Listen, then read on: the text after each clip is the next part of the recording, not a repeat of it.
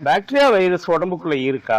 இருக்குதுன்னா அது என்ன வேலை செய்யுது? அது அவசியம் தேவையா அப்படின்னு பார்த்தா, நம்ம உடம்புல 90% உலகத்தில் இருக்கக்கூடிய எல்லா பாக்டீரியா வைரஸும் நம்முடைய மலக்குடல்ல இருக்கு. மலக்குடல்ல இருக்கு. அதே மாதிரி கண்டுபிடிக்க முடியாத எல்லா பாக்டீரியா வைரஸும் உடலின் பல பாகங்களில் இருக்கு. ஹெப்படைட்டிஸ் வைரஸ் நம்முடைய லிவர்ல இருக்கு. சார்ஸ் வைரஸோ அல்லது சளி சம்பந்தப்பட்ட நம்முடைய நவீன மருத்துவம் எதெல்லாம் நுரையீரலை பாதிக்கும்னு சொல்லக்கூடிய அவ்வளவு பாக்டீரியாவும் நுரையீரல்ல இருக்கு. டியூபர்குலோசிஸ் மிகப்பெரிய எதிரியா இன்னைக்கு மருத்துவ உலகம் பார்க்குது. அது நம்ம நுரையீரல்ல இருக்குது. கிட்னி பகுதிகளில் நம்ம மிக கொடிய நோய் என்னன்னு சொல்றோம், கேன்சர். அது வேற இடத்துல இருக்கும். ஏற்கனவே மிகப்பெரிய அளவுல நவீன உலகம் பிரச்சாரம் பண்ணுச்சு. எய்ட்ஸ் ஆட்கொல்லி நோய். அந்த எய்ட்ஸ் கிருமி இருக்குல்ல, அது கிட்னில இருக்கு, கர்ப்பப்பையில இருக்கு. இப்ப இருக்குன்னா உங்களுக்கு இருக்கு, எனக்கு இருக்கு, எல்லாருக்கும் இருக்குது. இதெல்லாம்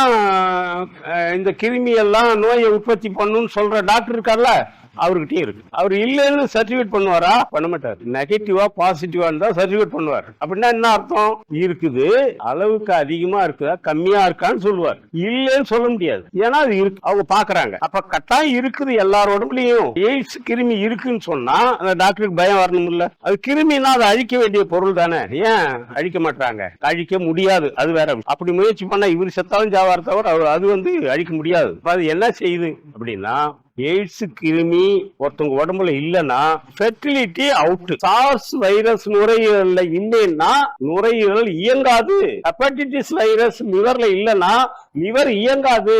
அப்ப ஒவ்வொரு இடத்துலயும் ஒரு ஸ்பெஷலான பாக்டீரியா வைரஸ் இருந்துகிட்டு தான் உடல் இயக்கத்தை முறைப்படுத்துது. இதுதான் சரியான பார்வை. இப்ப இந்த வகையில நம்முடைய பெருங்குடல்ல இதுவரையும் கண்டுபிடிக்கப்பட்ட எல்லா பாக்டீரியா வைரஸும் 90% அங்க இருக்கு. அது 90% இருந்தாதான் செரிமான மண்டலம் முறையாக வேலை செய்யும். அது குறைஞ்சதுன்னா தோடி நாடி பாதிப்புக்கு உள்ளாகும்.